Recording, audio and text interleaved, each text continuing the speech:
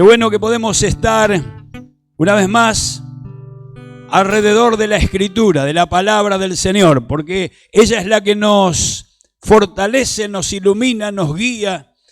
¿Cuántas cosas que hace la palabra del Señor en nuestras vidas? Quiero entonces leer en el Evangelio según San Lucas, capítulo 12, versículos 40 al 48 vamos a leer y nos vamos a detener luego en el versículo 47. Pero leemos desde el 40 al 48.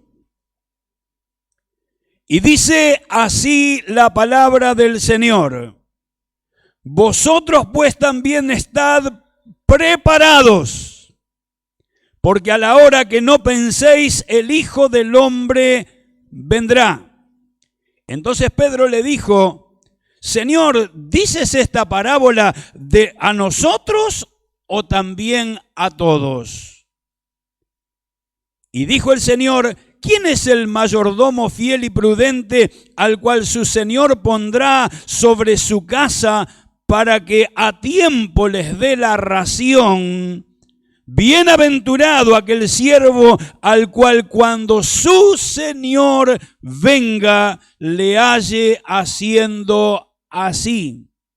En verdad os digo que le pondrá sobre todos sus bienes. Mas si aquel siervo dijere en su corazón: mi señor tarda en venir, y comenzare a golpear a los criados y a las criadas, y a comer y beber y embriagarse, vendrá el señor de aquel siervo en día que éste no espera y a la hora que no sabe, y le castigará duramente y le pondrá con los infieles.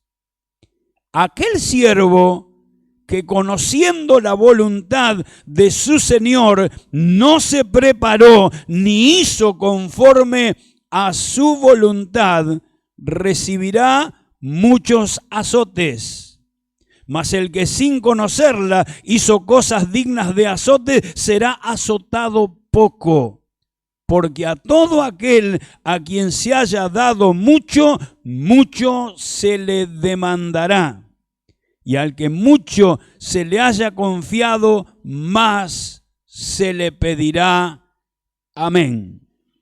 Versículo 47 decíamos: aquel siervo que, conociendo la voluntad de su señor, no se preparó ni hizo conforme a la voluntad, a su voluntad, recibirá muchos azotes. Amén. Tres cosas se desprenden de este versículo 47. La primera, conocer. Dice: aquel siervo que conociendo. Conocer. La segunda cosa dice: no se preparó. Prepararse, preparación, prepararse. Y la tercera cosa dice: ni hizo, es decir, hacer, actuar. Y habíamos leído al principio: no todo el que me dice Señor, Señor entrará en el reino de los cielos, sino ¿quién? El que hace la voluntad de mi Padre. Entonces decimos que este versículo encierra estos tres principios fundamentales para que nosotros podamos no solo conocer la voluntad del Señor, sino también hacerla, ponerla en práctica, preparándonos para hacer la voluntad del Señor. Ahora dice: aquel siervo. Y en realidad está hablando de dos clases de siervo. En primer lugar, está hablando del siervo que se preparó o se prepara. Y está hablando de aquel siervo que no se preparó. El Señor siempre hizo énfasis en las distintas posiciones que los seres humanos tomamos respecto de la voluntad del Señor. Por eso siempre hizo un paralelismo entre el que obedece y el que desobedece, el que vive conforme a su voluntad y el que vive contrariamente a la voluntad del Señor. Y dejó bien sentado cuál era la consecuencia de una decisión y cuál era la consecuencia de la otra decisión. Ahora, ¿cuál es la diferencia entre el siervo que se prepara y obedece y el siervo que no se prepara y por supuesto no obedece? Uno está en tinieblas, el otro, conforme dice, no está en tinieblas, es decir, que está en la luz. Y la palabra del Señor expresa allí en Primera de Tesalonicenses: mas vosotros, hermanos, no estáis en tinieblas, para que aquel día, el día del Señor, os sorprenda como ladrón, porque todos vosotros sois hijos de la luz e hijos del día. No somos de la noche ni de las tinieblas. Allí está la diferencia, hermano. No somos de la noche, no somos de las tinieblas, somos de la luz. Allí está la gran diferencia entre el siervo que preparó su vida, que buscó en el Señor las condiciones para vivir diferente al resto de los que no tienen en cuenta al Señor. Uno conoce al Señor, uno tiene un encuentro con el Señor, se prepara aprendiendo la voluntad del Señor. Ahora, ¿cómo podemos nosotros confiar en alguien que no conocemos? Este tiempo que las redes sociales y bueno, uno allí se introduce en internet y hay tantas cosas que uno tiene que realmente filtrar si estas cosas son así. A veces hasta usted puede recibir un mensaje, ¿verdad?, de alguna persona, pero hay que analizarlo, ¿vio? Porque si no, estamos corriendo un grave riesgo de creer o de actuar respecto de aquello. Recuerdo en una ocasión que me llamaron por teléfono y me estaban ofreciendo, más bien dicho, me estaban diciendo que había tenido un premio. Y yo decía, ¿un premio de qué? ¿No? Y bueno, cuando me empieza a explicar de todo el premio cuál era, el asunto es que el punto llegaba que tenía que darle el número de la tarjeta y el código de seguridad. Y entonces allí venía realmente el engaño, ¿verdad?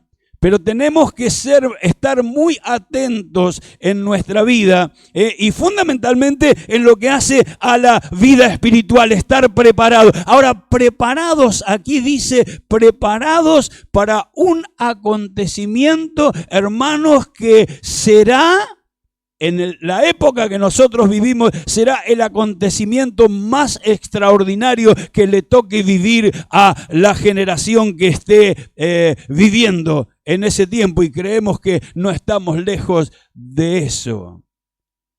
Será un momento cuando el Señor, así como un día se fue en el monte de los olivos, comenzó a ascender hasta que una nube le ocultó de los ojos de ellos. De la misma manera el Señor volverá. Dice que volverá en las nubes del cielo y volverá por su iglesia, volverá por su pueblo, volverá por sus hijos. Y estamos expectantes de ese acontecimiento que anhelamos, que esperamos, y que quien más, quien menos está diciendo, como Juan escribe allí en las últimas palabras del libro de Apocalipsis: sí, ven, Señor, ven, Maranata. El Señor viene, Maranata. Era el saludo, si bien la expresión allí en la Biblia no se menciona tantas veces, pero sin embargo la iglesia primitiva había adoptado esta palabra como el saludo cuando se encontraban dos hermanos. Maranata, el Señor viene. Maranata, Cristo viene. Y qué lindo, hermano, porque nos estimula a estar preparados. Cuando a usted le dicen, Maranata, el Señor viene pronto, decimos, tengo que estar listo, tengo que estar apercibido para el encuentro con el Señor. Ahora, el texto bíblico nos habla de dos clases de siervos. Y no dice que uno de ellos era incrédulo, no dice que vivía de espaldas a Dios, dice que eran siervos, ambos eran siervos. La diferencia es que uno de los siervos estaba preparado, se preparó, y el otro no se preparó. Por consiguiente, al no estar preparado, vivía en la ignorancia de los acontecimientos o del acontecimiento que estaba próximo a suceder o que está próximo a suceder. Vivía distraído, vivía seguramente ocupado en otros pensamientos y en otras cosas, pero el que estaba preparado, abría los ojos a la mañana y decía, Señor, si vienes ahora, estoy listo. Si me vienes a buscar, estoy preparado. Hace unos días visité a un hermano que está atravesando, y estamos orando por él, atravesando, creo que es la tercera intervención quirúrgica. Su cuadro, según los médicos, no es el mejor. Y cuando lo fui a visitar, no la última vez, sino la vez anterior que lo fui a visitar, él me dijo, Roberto, me quiero ir. Y cuando uno escucha eso de una persona, y fundamentalmente una persona cristiana estamos hablando, y entonces yo le dije, mirá, le digo, ese era el deseo del apóstol Pablo. Él decía, si me dan a elegir, yo prefiero estar con el Señor. Pero la pregunta que yo te quiero hacer, ¿estás preparado? ¿Estás preparado? Estamos creyendo que Dios puede hacer un milagro porque no hay nada imposible para el Señor. Lo demostró a través de sus milagros, aún resucitando a Lázaro, que estaba ya de 4 días muerto. Y creemos en el milagro y esperamos los milagros. Pero ¿y si el Señor tiene en sus propósitos determinado llevarte? ¿Estás listo? Y me dijo, sí, estoy listo. Qué bueno, ¿no? Yo digo, encontrarse con personas que dicen, si ahora me sorprende la muerte, yo sé a dónde voy, yo sé mi destino, yo estoy seguro no en lo que yo soy, sino en lo que el Señor hizo por mí. Gloria al Señor. Y estos dos siervos estaban en una situación tan diferente, aunque los dos, dice, eran siervos. Uno vivía en la oscuridad, en la ignorancia, en el desconocimiento. No conocía la voluntad del Señor. Ahora, ¿cómo conozco la voluntad del Señor? Familiarizándome, teniendo una relación diaria con el Señor y con su palabra, porque la palabra me habla del Señor. La Biblia me dice quién es Dios, la Biblia me dice cómo es Dios, la Biblia me habla de los atributos de Dios, y entonces cuando voy leyendo la Biblia voy conociendo a ese Dios que me ama, me perdona, que es paciente, y cuántas otras virtudes que podemos encontrar en la palabra del Señor. Y cuando conocemos cómo es Dios, podemos confiar en el Señor. Cuando de pronto surge alguna duda en nosotros respecto de algún tema de la vida o de la Escritura, cuando considero cómo es Dios y que en Dios no hay contradicción, entonces lo puedo dilucidar fácilmente. No. Por más que alguien me diga lo que me diga, yo sé quién es Dios. Es como si a usted le hablan de su esposo o de su esposa y usted dice, no, estás equivocado. Mi esposa no es así, mi esposo no es así. ¿Por qué puede uno llegar a una conclusión como esa? porque le conoce, porque sabe, porque la convivencia le ha llevado justamente a conocer a la persona, cómo actuaría o cómo actúa frente a determinadas situaciones. Pues cuando nosotros conocemos al Señor, sabemos cómo Dios actúa. Cómo Dios actúa con el desobediente y cómo Dios actúa con el que es obediente también. Gloria al Señor. Pero la palabra del Señor nos dice que la condición de estos siervos no solo radica en que uno está en tinieblas y el otro está en luz, sino que dice que uno está velando, uno está despierto con toda su atención y el otro está dormido. Uno duerme y el otro está velando. Por tanto, no durmamos como los demás, dice el apóstol, sino velemos y seamos sobrios. ¿Qué es una persona sobria? Se dice que una persona es sobria cuando no está bajo los efectos de alguna sustancia que le puede hacer perder la lucidez, ¿verdad?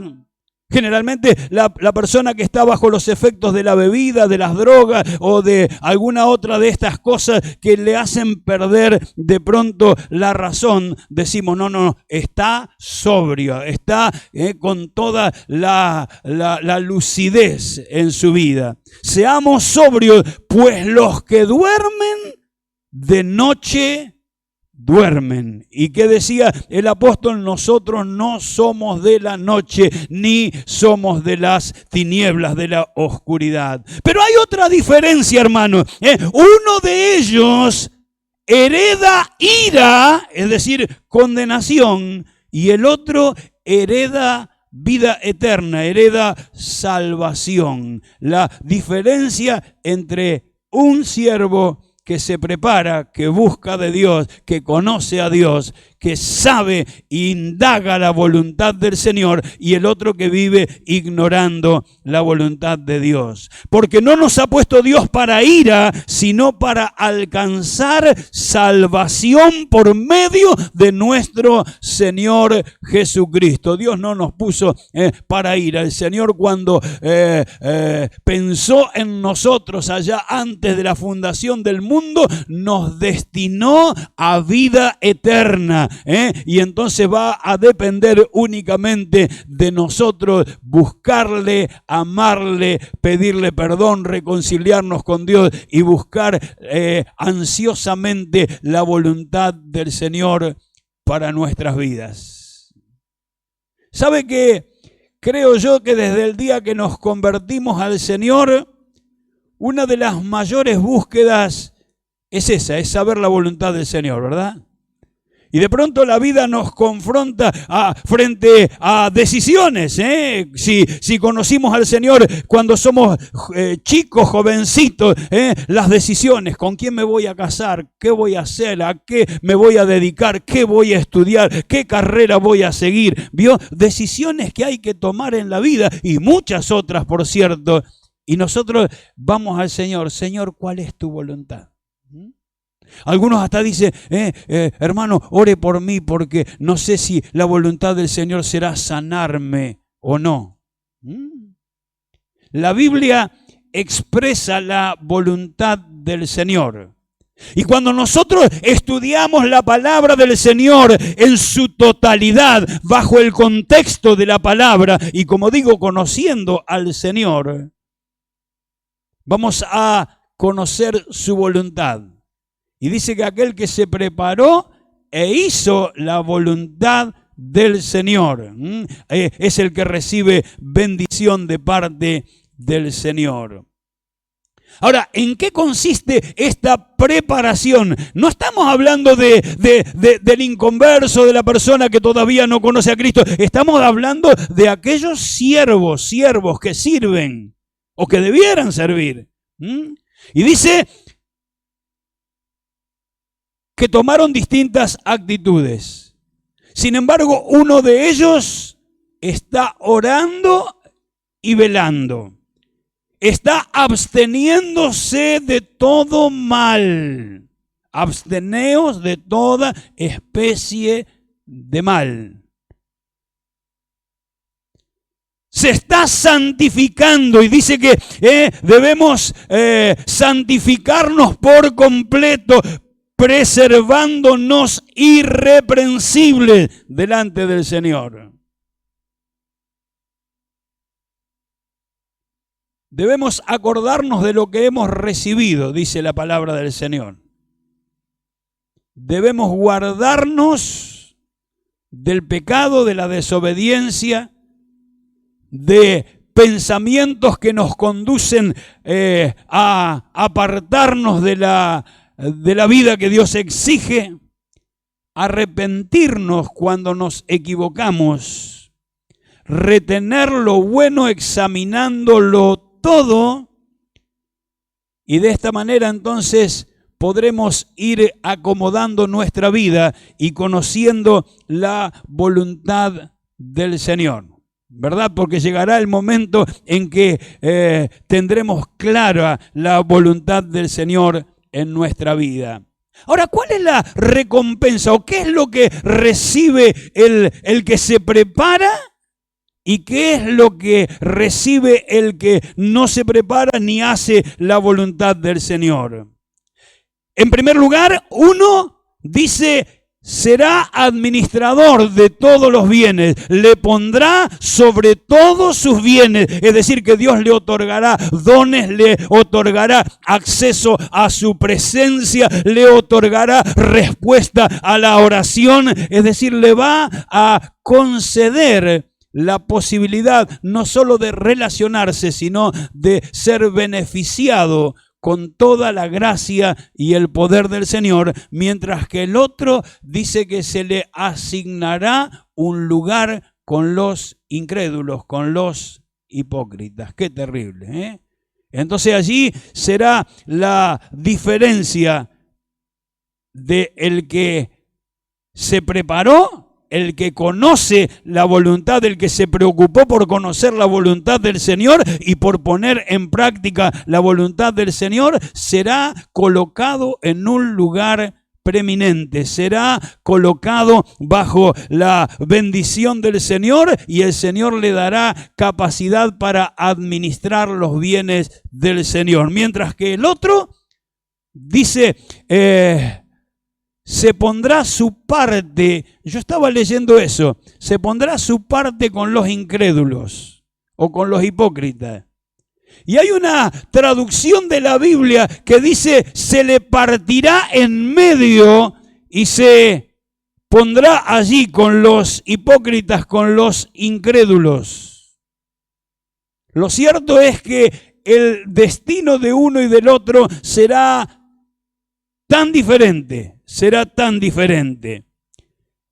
La Biblia habla de, o Jesús, más bien dicho, hizo un énfasis en la diferencia para que nosotros podamos estar atentos. Y él habló de dos que estarían en el campo trabajando, y el uno será tomado y el otro será dejado. Dos trabajando en el campo, allí compartiendo la misma actividad.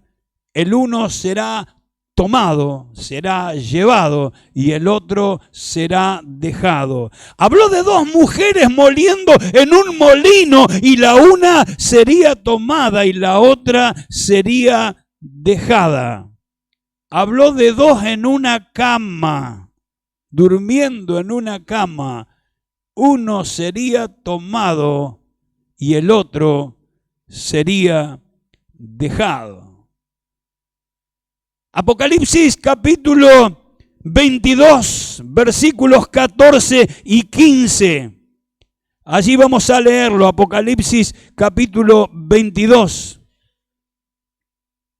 Capítulo 22, versículos 14 y 15. Bienaventurados los que lavan sus ropas para tener derecho al árbol de la vida y entrar por las puertas de la ciudad. lavan sus ropas, y esto le da derecho, al ser quitado el pecado, le da derecho al árbol de la vida y de entrar por las puertas en la ciudad. Pero, dice el versículo 15, mas los perros estarán fuera, y los hechiceros, los fornicarios, los homicidas, los idólatras, y todo aquel que ama y hace mentira, dice que estarán fuera. Unos entrarán, tendrán derecho a entrar, dice, derecho al árbol de la vida, es decir, a vivir eternamente y a entrar por las puertas de la ciudad. En cambio, los otros, ¿sabe? La palabra perro, ¿no? Si a uno le dicen perro, no se va a poner muy feliz, ¿cierto? Pero la palabra perro era una palabra que para aquellos tiempos se utilizaba para expresar a aquella persona que no creía en Dios, que vivía de espaldas a Dios, o que habiendo conocido, teniendo conocimiento, se alejó, se apartó, apostató, no era del pueblo del Señor. Y por eso usted va a encontrar que cada vez que la Biblia expresa esto, porque el perro para los tiempos del Antiguo Testamento era uno de los animales inmundos.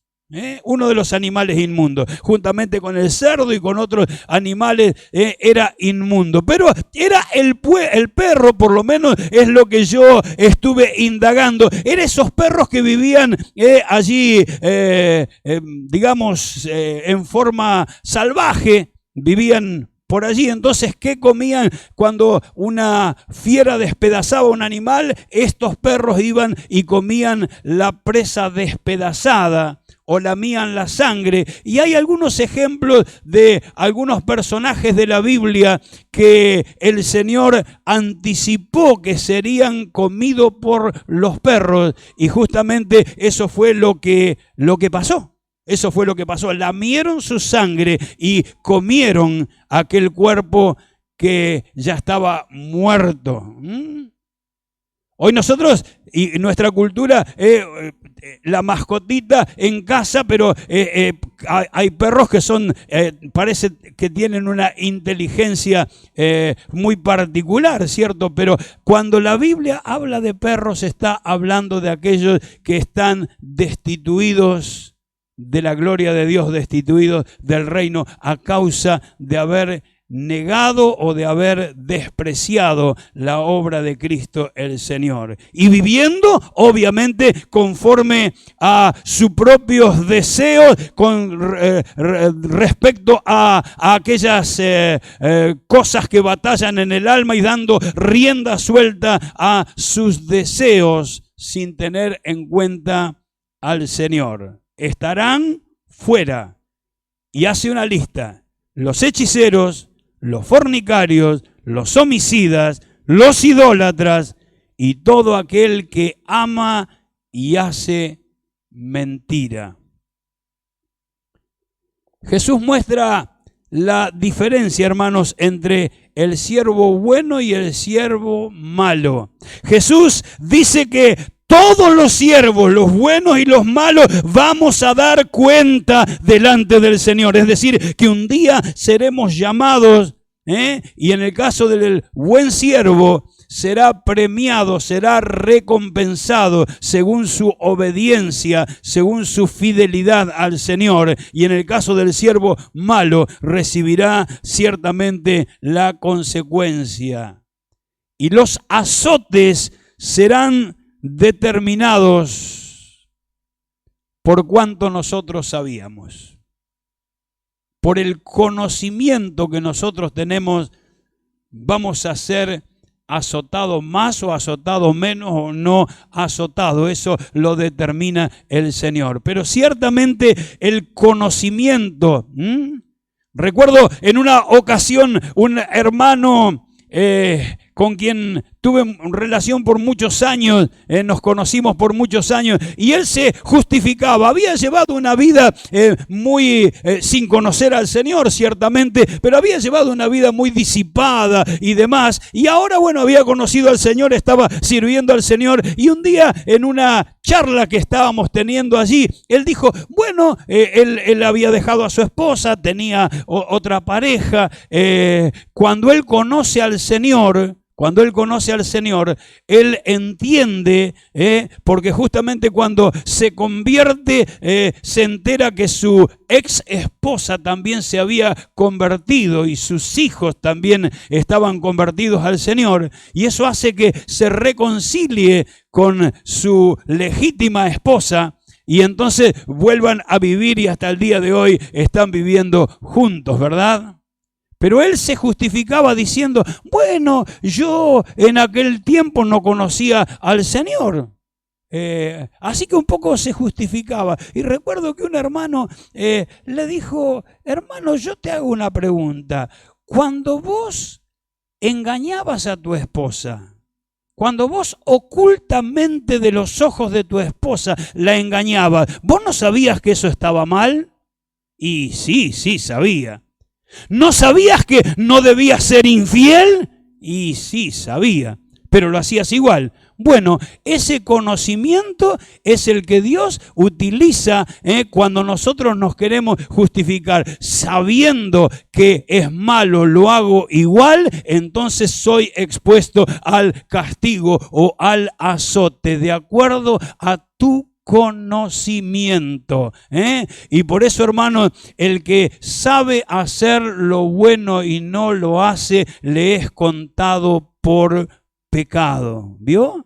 Podemos pecar porque sabemos que tenemos que hacer algo y no lo hacemos por descuido, por dejadez, por lo que sea, y el Señor lo toma por pecado, porque yo sé que lo tengo que hacer, porque sé que es la voluntad del Señor, pero no lo hago. Y entonces me es contado por falta, me es contado por pecado. Pero aquel que ignorantemente hace algo indebido, entonces el Señor sabe que lo hizo en ignorancia, que lo hizo en desconocimiento. ¿Es pecado? Sí, es pecado, pero no tenía la luz, no tenía el conocimiento. Y entonces, si no lo sabía, seguramente Dios le va a dar la oportunidad en algún momento de recapacitar y decir, oh, esto está mal, Y dígame si no es un poco la experiencia nuestra el día que le entregamos nuestra vida al Señor.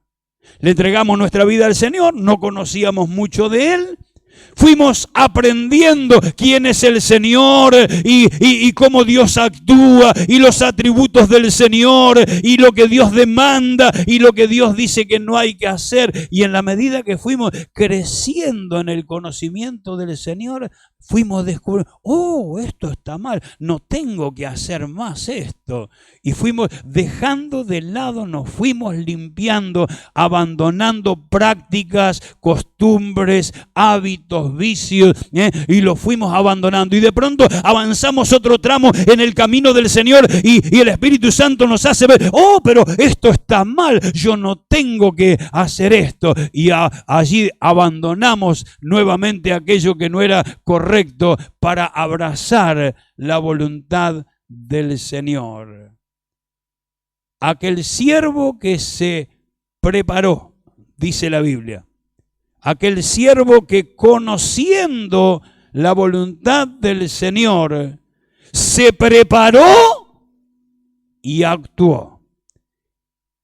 Y es mi desafío, hermanos, de cada día, y creo que es el desafío de cada uno de nosotros, poder preparar nuestra vida fundamentalmente en vistas de que estamos a las puertas de ese acontecimiento del cual hablábamos al comienzo, que el Señor retorna. Mire, si hay algo que no se puede poner en tela de juicio, que no se puede dudar, porque el Señor lo dejó plasmado de una manera tan segura, es que Él retorna por su iglesia. que Él vuelve por su pueblo, que Él no nos va a dejar en los momentos y las cosas que van a acontecer sobre esta tierra en el tiempo del anticristo y de la tribulación, sino que Él levantará a la iglesia, así como lo hizo con el arca de Noé. Mientras el arca de Noé con la familia de Noé flotaba allí en la superficie, abajo el juicio de Dios era derramado. Y de esta misma manera el Señor nos va a levantar en las nubes del cielo y nos va a llevar a su presencia. Allí va a haber algunos acontecimientos gloriosos, hermano. El más hermoso será en la nube, hermano, cuando le veamos el rostro al Señor. Por ahora solo lo imaginamos, ¿verdad? Ahora lo imaginamos. Algunos lo imaginan rubio, otros no lo imaginan rubio. No sabemos el color de sus ojos, no sabemos, pero sabe, cuando le veamos allí, este es Jesús. Y le vamos a admirar, hermano. ¡Oh! Y veremos en su frente todavía las marcas de las espinas allí, Señor. Veremos sus manos horadadas por los clavos, al igual que sus pies. No habrá duda, es el Señor, es Jesús, es mi Salvador. Viene por mí, cumplió su promesa, prometió volver y aquí me vino a buscar. Gloria al nombre del Señor. La pregunta que me surge es, ¿estamos preparados? ¿Nos estamos preparando para ese momento? No sea que el Señor venga y no nos encuentre apercibidos, hermano. Jesús habló de las 10 vírgenes. 5 eran prudentes. Yo quiero estar en ese grupo. ¿Y usted? Decía un personaje de la televisión. Yo quiero estar en ese grupo.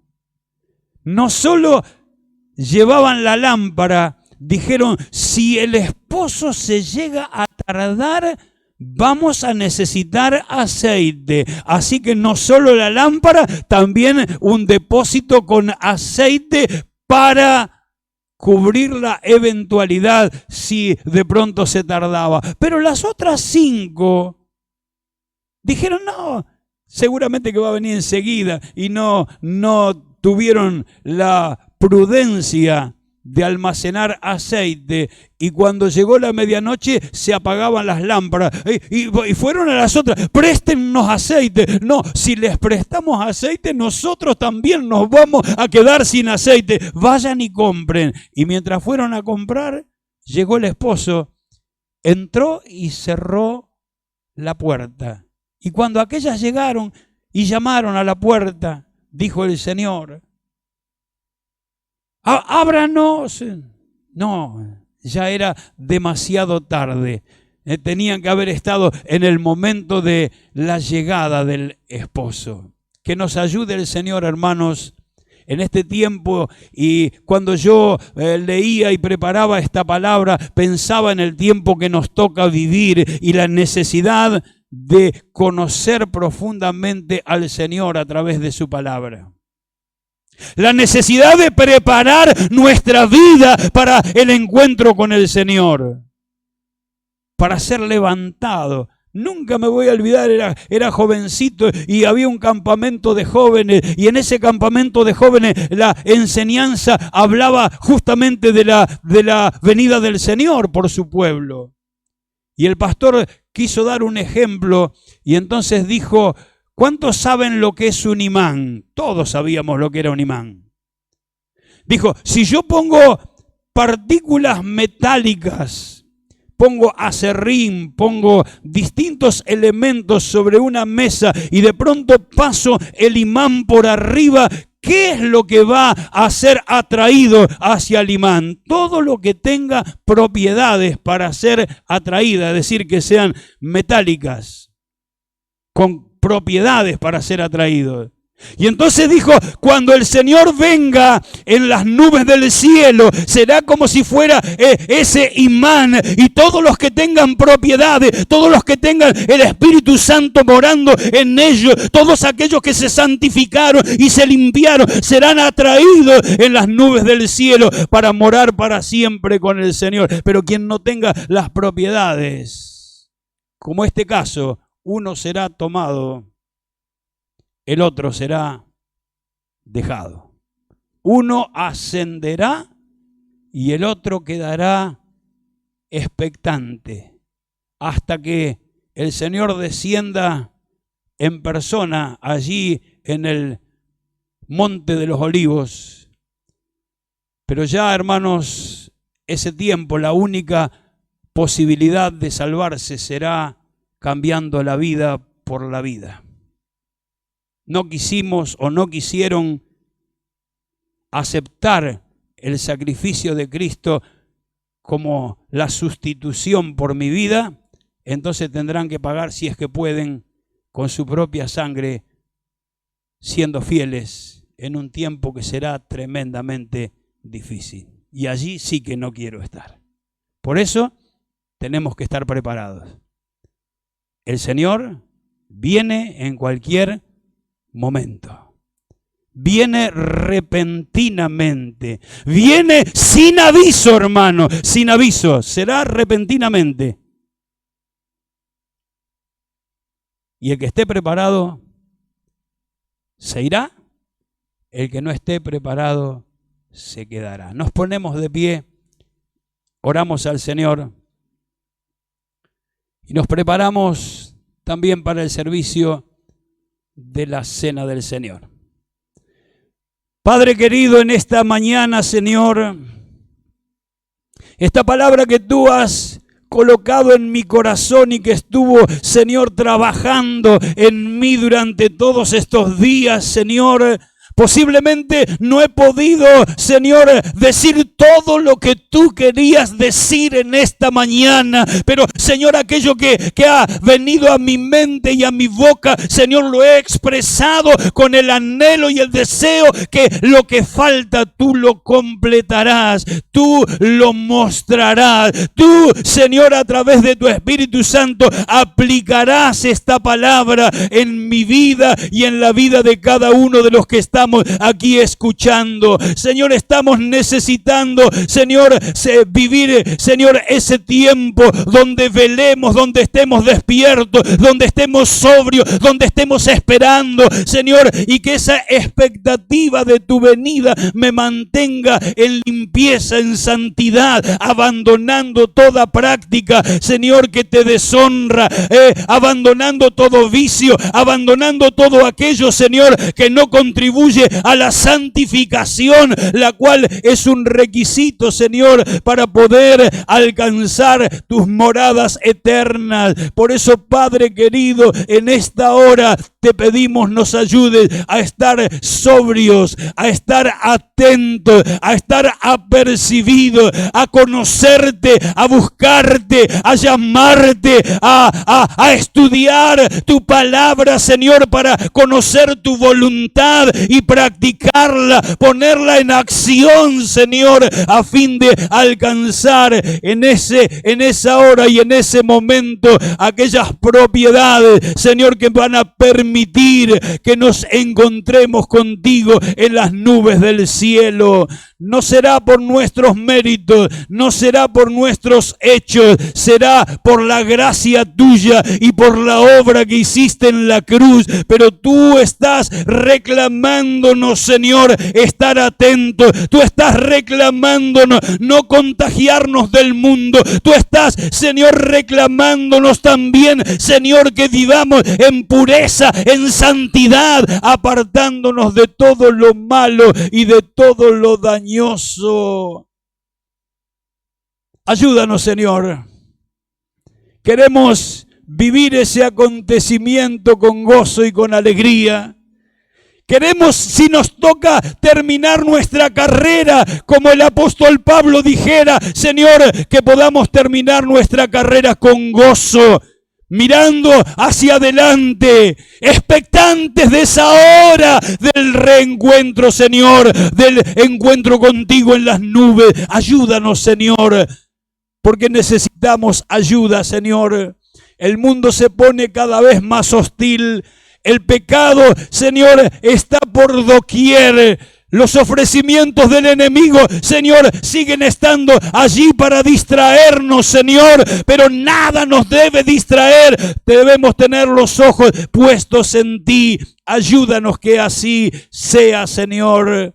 E introdúcenos ahora, Señor, en este servicio que vamos a celebrar, donde vamos a recordar casualmente esa entrega, ese sacrificio, ese precio que tú pagaste para que yo pueda y para que nosotros podamos, Señor, estar allí en la nube y ascender a tu presencia, Padre querido.